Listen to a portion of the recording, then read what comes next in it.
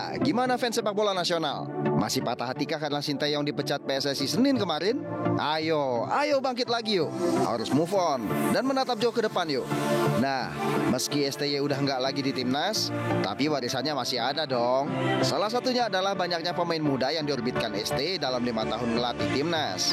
Terus, siapa saja pemain muda terbaik orbitan Sinteyong ini? Yuk, kita cekidot dari posisi kelima. Salah satu pemain kepercayaan STY di bawah Mistar adalah Hernando Ari. Meski saat itu masih sangat muda, namun STY udah percaya penuh dengan kemampuan menjaga gawang dari kiper jebolan Akademi Persebaya ini. STY mengorbitkan Hernando melakoni debut saat melawan Laos pada 12 Desember 2021. Sejak saat itu, hingga datangnya kiper Martin Pas, Nando tak tergantikan di bawah Mistar Timnas.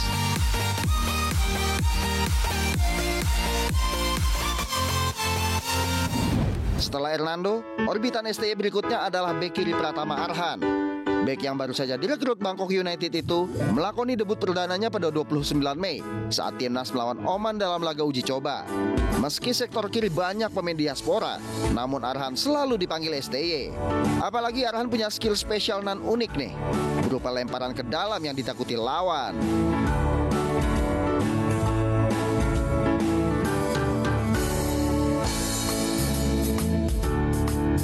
Posisi ketiga, ada striker diaspora, Rafael Struijk. Pemuda 21 tahun itu didebutkan STY saat lawan Palestina di Gelora Bung Tomo Sidoarjo pada bulan Juni 2023, hanya sebulan setelah disumpah jadi WNI. Sejak saat itu, Struijk selalu jadi pilihan utama STY di lini depan, termasuk 2 golnya ke gawang Korea Selatan di Piala Asia U23.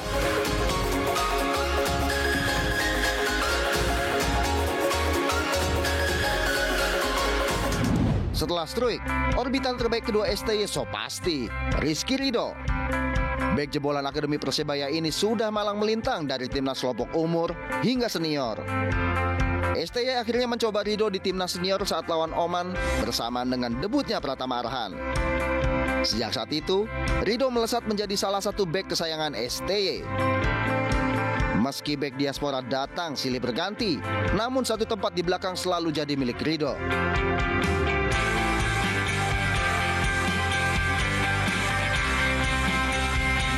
Dan yang terakhir nih, orbitan terbaik STY di timnas senior sudah pasti adalah Marcelino Ferdinand. STY sangat beruntung menemukan bakat besar remaja jebolan Persebaya ini. Seperti halnya Ridho, Marcelino juga langsung mencuat dari timnas kelompok umur. STY kemudian memberi debut di timnas senior pada Januari 2022 di usia baru 17 tahun. Bayangin, bocah 17 tahun sudah dipercaya STY di lini serang timnas senior. Dan terbukti, intuisi tinggi STY pada Marcelino membuahkan hasil besar, terutama golnya ke gawang Arab Saudi di GBK. Nah, itulah 5 pemain muda terbaik yang sukses diorbitkan STY di timnas senior. Dan pantas saja, kelima pemain ini punya kenangan sangat indah pada sosok Sinteyong. Hingga mereka berlima mengungkapkan kesan dan pesan menyentuh saat STY diberhentikan PSSI. Semoga kelima pemain muda harapan bangsa ini bisa bangkit dan move on, meski tanpa STY dan dalam asuhan pelatih baru. Kita tunggu saja.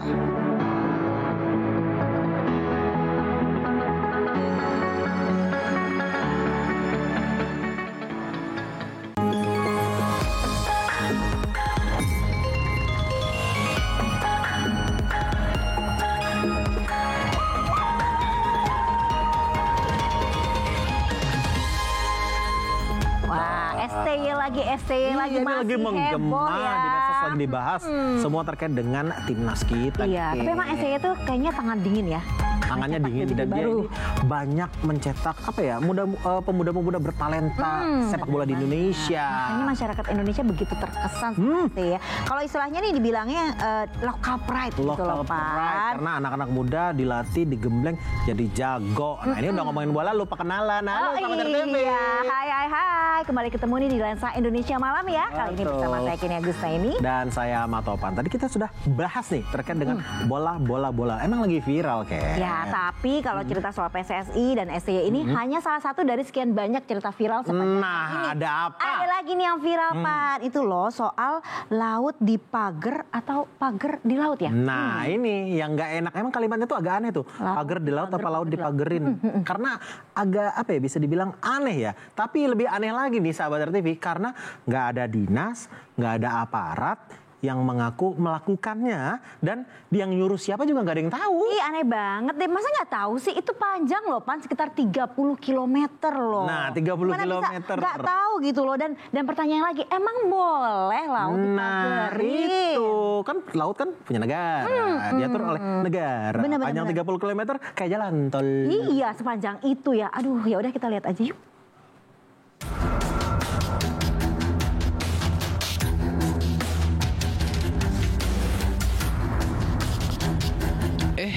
Sebentar dulu sahabat, kok ini di laut ada pagar?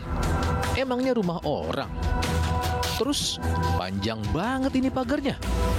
Kalau kata masyarakat sekitar sih sampai 30 km. Emang boleh? Kan nelayan jadi nggak bisa nyari ikan di situ.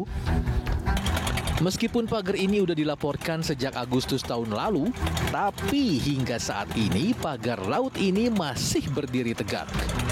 Bahkan pagar ini melewati 6 kecamatan dan 16 desa di Tangerang, Banten. Terus ada yang aneh nih.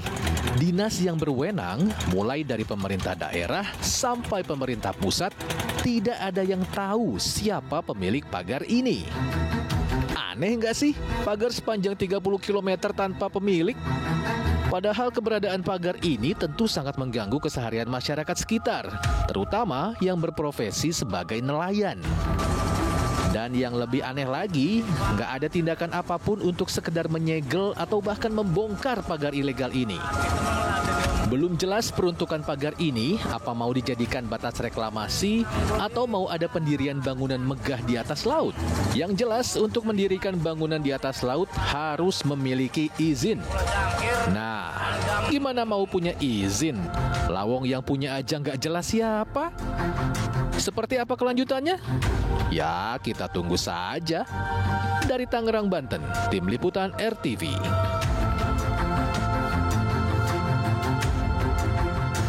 Bener tuh, viral banget. Iya, dipagerin kan lautnya. Tapi kalau bicara tentang viral, ini ada juga informasi, tapi bukan viral lagi sih, breaking news. Apaan gitu. breaking news? Ini tiba-tiba semuanya sudah ditunggu-tunggu oleh para pecinta sepak bola di Indonesia. Nah, kan kemarin udah heboh tuh tadi yang kita omongin kan, STY kan. Oh. Apalagi yang lebih heboh dari itu, Ini Pan? soal penggantinya. Oh, iya.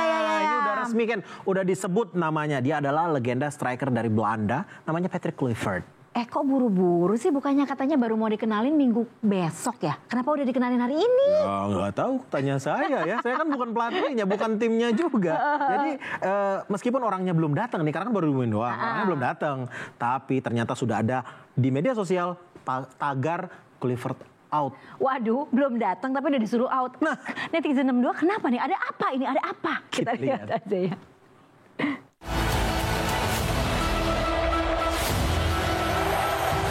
Teka-teki calon pengganti Sintayong untuk membesut timnas senior akhirnya terungkap sudah.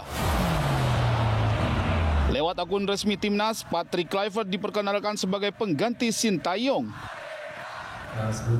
Sebelumnya PSSI lewat Ketua Umum Erick Thohir juga sudah menyatakan bahwa pengganti STY memang berasal dari Belanda. Apakah terus kemudian program ke depan, apakah ini juga jam 10 udah buka warung istilahnya.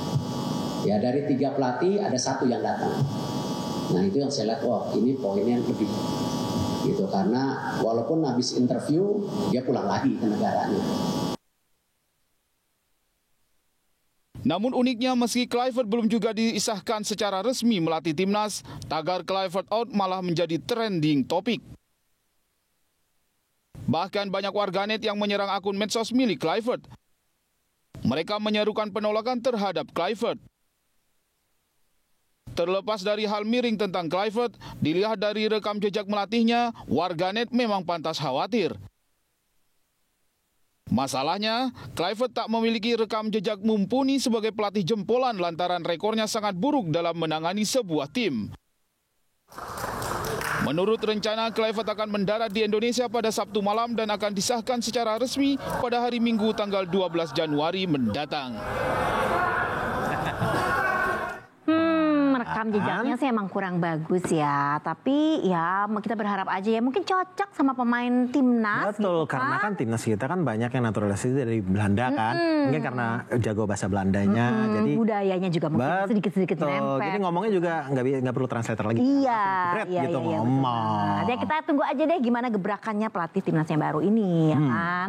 Nah, tapi kalau misalnya penggantinya tadi udah ada, ini kita balik lagi nih ke STY. Masih ada yang bikin heboh soal STY. Apaan itu? Apalagi sih sebenarnya? Itu loh Pan, kenangannya, pesan menyentuh tentang STY itu banyak banget Pan. Ini nggak mulai dari timnasnya sendiri gitu ya, sampai asisten pelatih semuanya ngasih testimoni tentang STY. Ya memang bisa bilang kayaknya sangat melekat dan pengaruhnya nih sangat kuat ya. Berkesan gitu ya. Apa nih pesan dan testimoni soal STY?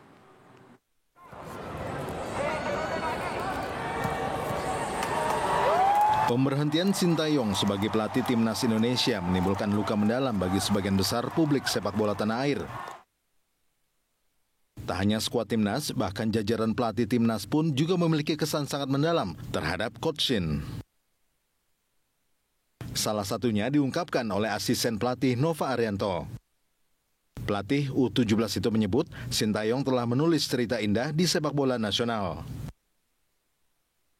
Ungkapan Nova itu ternyata ditanggapi Sintayong.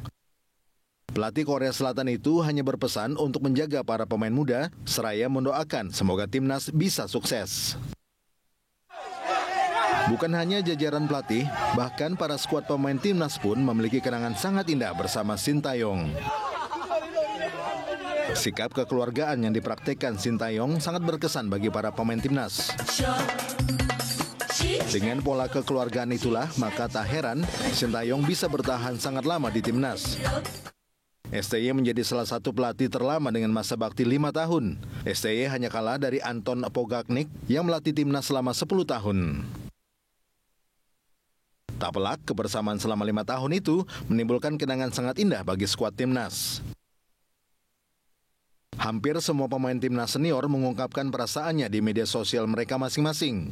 Dan dari sekian banyak ungkapan itu, yang paling menyentuh datang dari 3 pemain muda yang memang diorbitkan STY. Mereka adalah Marcelino Ferdinand, Rizky Ridho, dan Hernando Ari. Ketiga pemain jebolan Persebaya itu memang sudah menjadi andalan STY sejak dari kelompok umur hingga menjadi pemain senior. Namun kini kebersamaan itu sudah pasti berakhir. STY sudah tidak lagi menjadi pelatih timnas lagi. Sebagai pemain profesional, skuad timnas harus terus melangkah maju dengan pelatih baru yang diisukan dari Belanda. Mampukah Rizky Ridho dan kawan-kawan move on dari Sintayong? Kita tunggu saja. Aduh, memang ya pesona dari opa-opa Korea itu susah bikin move on ya. Opa STY gitu ya. Tapi timnas kan memang harus move on. Nah, kita juga move on ke berita selanjutnya nih. Ada apa lagi nih pendidikan, Pan. Ini para siswa SD Negeri Utan Jaya Depok nggak bisa belajar karena sekolahnya disegel. Aduh, dan yang bikin lebih nyesek lagi ya. Ini terjadi ketika hari pertama masuk sekolah kan. Padahal udah semangat-semangat ya. Mau masuk sekolah ternyata nggak bisa masuk. Nah, terus katanya ya sekolah ini disegel sama orang yang ngaku sebagai ahli waris dari lahan sekolah itu. Oh, ngerti deh aku. Jadi ini sebenarnya masalah sengketa lahan ya. Betul. Tapi kenapa yang jadi korbannya para siswa? Nah, itulah.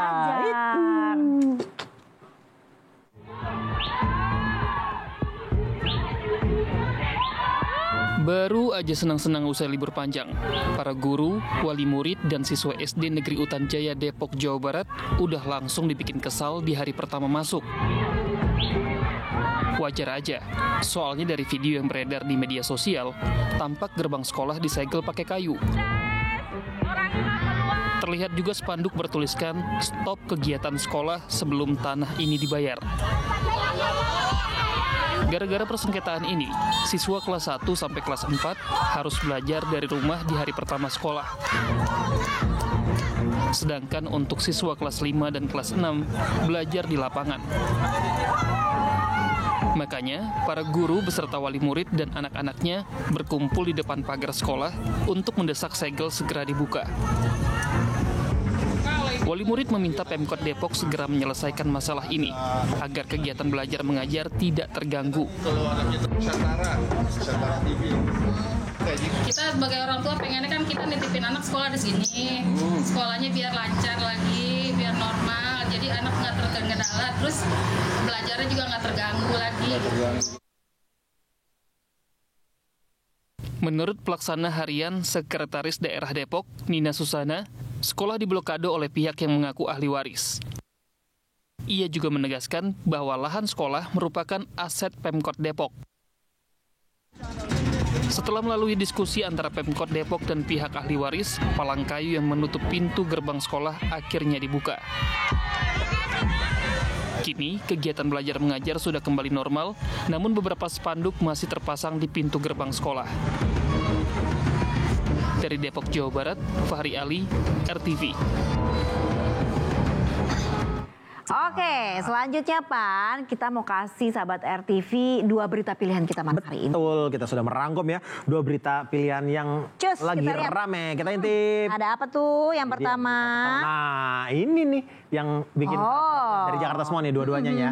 Yang pertama ini ada rumah Sekjen PDIP Hasto Kristianto yang kemarin ini digeledah dan hasilnya katanya ini dibawa flash disk dan juga buku catatan dari hasil penggeledahan. Sama buku catatan. Masa sih cuma segitu? Wah, nggak tahu saya. Jangan tanya, saya tanya KPK. Ya, itu tadi berita pertamanya. Betul. Tapi di berita kedua juga ada nih. Kita akan ngebahas mengenai usia pensiun. Penting banget nih, penting banget. Apalagi buat kita para pekerja ya. Betul, dan ini yang bisa dibilang kabar baik lah ya. Tapi nanti kita ke berita pertama dulu ya. Ya, yuk kita lihat yuk. Ada apa di rumah Hasto?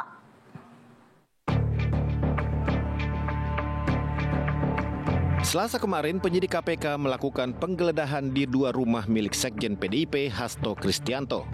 2 rumah milik Hasto tersebut berlokasi di Margahayu, Bekasi Timur, Kota Bekasi, Jawa Barat, dan di Kebagusan, Jakarta Selatan. Tak banyak yang ditemukan penyidik KPK dalam penggeledahan tersebut.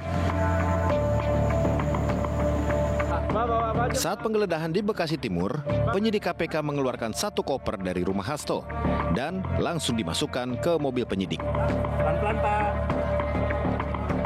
Namun oleh kuasa hukum DPP PDIP, koper tersebut bukan merupakan barang bukti.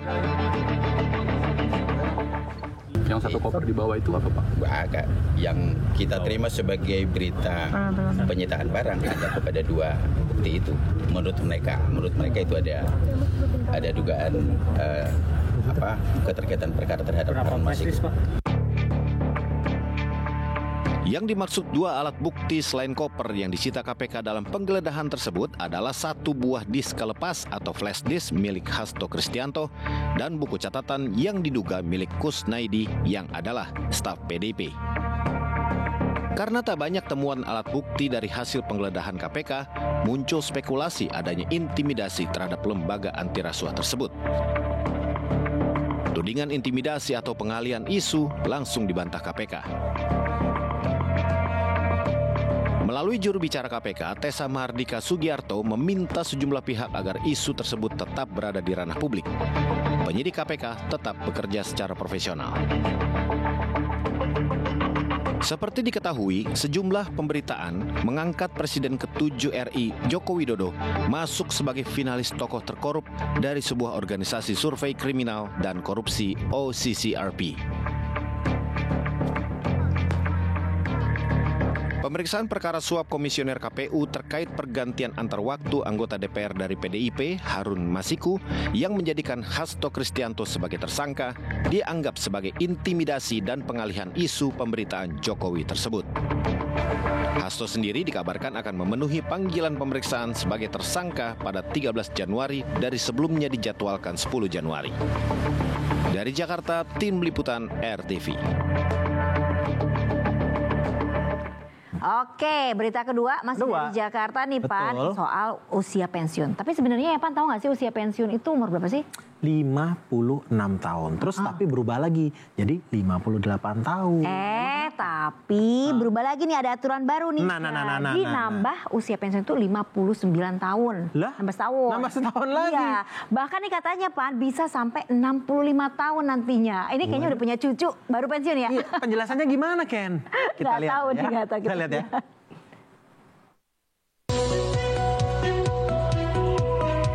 Halo para pekerja, apalagi yang udah mau masuk usia pensiun nih. Ada ketentuan baru untuk usia pensiun di tahun 2025, yaitu 59 tahun. Sebelumnya di tahun 2024, usia pensiun pekerja hanya sampai 58 tahun.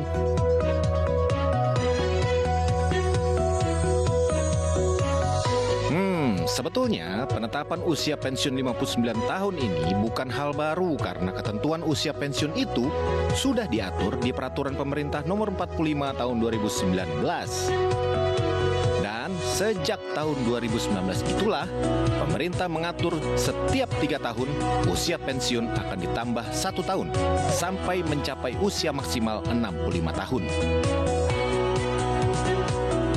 Untuk usia 59 tahun jatuh di tanggal 1 Januari 2025 hingga 31 Desember 2027. Dan batas maksimal usia pensiun 65 tahun akan jatuh pada tahun 2043 hingga 2045. Lalu, bagaimana hitungan pesangon yang akan didapat para pekerja yang pensiun?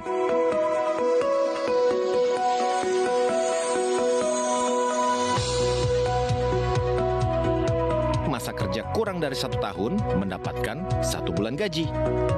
Dan maksimal adalah 8 tahun ke atas dengan mendapatkan pesangon 9 bulan gaji.